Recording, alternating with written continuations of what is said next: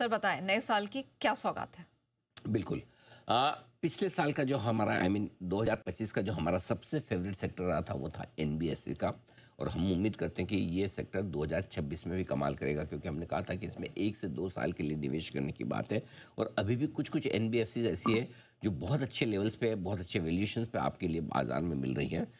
आज हमने जो चुना है नए साल की पिक के तौर पर वो है पीएनबी हाउसिंग फाइनेंस। ये है वो स्टॉक, और यहाँ पर खरीदारी करने की राय है हमारी, और यहाँ पर आप निवेश कर सकते हैं।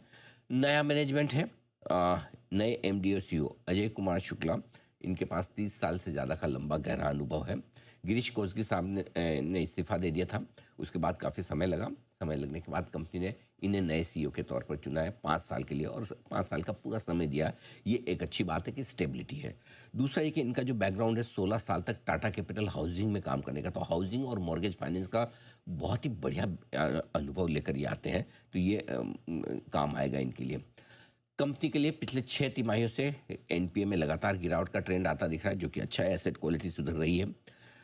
सेक्टर के लिए पॉजिटिव हेडविंड्स है। एक और ओएमओ की वजह से सिस्टम में पर्याप्त लिक्विडिटी है।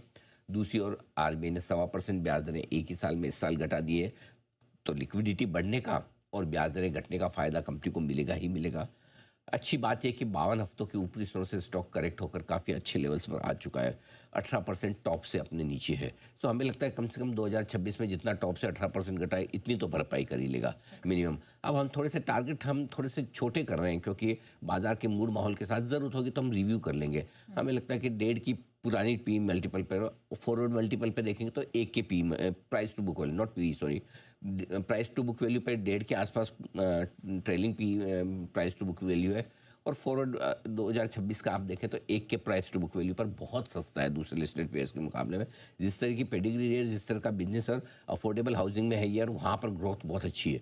अभी जो नई ग्रोथ आ रही है रियल एस्टेट सेक्टर में, वो पूरी अफोर्डेबल से आ रही है। तो मुझे लगता है कि पीएनबी हाउसिंग उसका फायदा उठाने के लिए तैयार है। सस्ता शेयर है, ऊपर से करेक्टेड शेयर है, नया मैनेजमेंट है, री रेटिंग का कैंडिडेट है। और जो पहला प्रेजेंटेशन आएगा शुक्ला साहब की तरफ से, उस पर बाजार की नजर रहेगी, और अगर उन्होंने इसमें इंप्रेस किया तो इस स्टॉक की री रेटिंग होना संभव है। 1050, 1150 दो छोटे टारगेट हैं। 1400 रुपये का बड़ा टारगेट है। समय समय पर हम रिव्यू करेंगे। अभी छोटे टारगेट्स इसलिए रख रहे हैं कि बाजार के मूड माहौल का पता नहीं, बहुत ज़्यादा एग्रेसिव टारगेट लेकर नहीं चल रहे हैं। 1 से 2 साल के नज़रिए से निवेश करें। और अभी एक चीज़ और मैं शुरू कर रहा हूँ, नहीं हो ये कि अपनी पिक्स जो मैं देता हूँ उसके साथ ज़्यादातर मैं कहता हूँ कि एसआईपी कर लीजिए। इस बार मैं एक चीज़ और दे रहा हूँ कि जो एसआईपी नहीं करना चाहते हैं उनके लिए, और जो रिस्क कम लेना चाहते हैं फिर भी पैसा लगाना चाहते हैं, उनके लिए एक सूटेबल स्टॉप लॉस, या तो आप अपनी मर्जी से लगा लें जो भी सूटेबल स्टॉप लॉस लगाना चाहें, ठीक है। नहीं तो 850 का रख लें मेरी तरफ से। कहीं न कहीं एक स्टॉप लॉस आप रख लीजिए, ताकि क्या है कि आपको कई बार ऐसा हो जाता है स्टॉक 40-50% घट जाए, समझो वोडाफोन आइडिया 17-18 वाला 6-7 हो जाए, तो आपको फिर दुख दर्द ना हो। तो एक स्टॉप लॉस आप अपना फॉलो कर लें, अगर आपको इन्वेस्टमेंट में भी रिस्क कम रखनी है तो।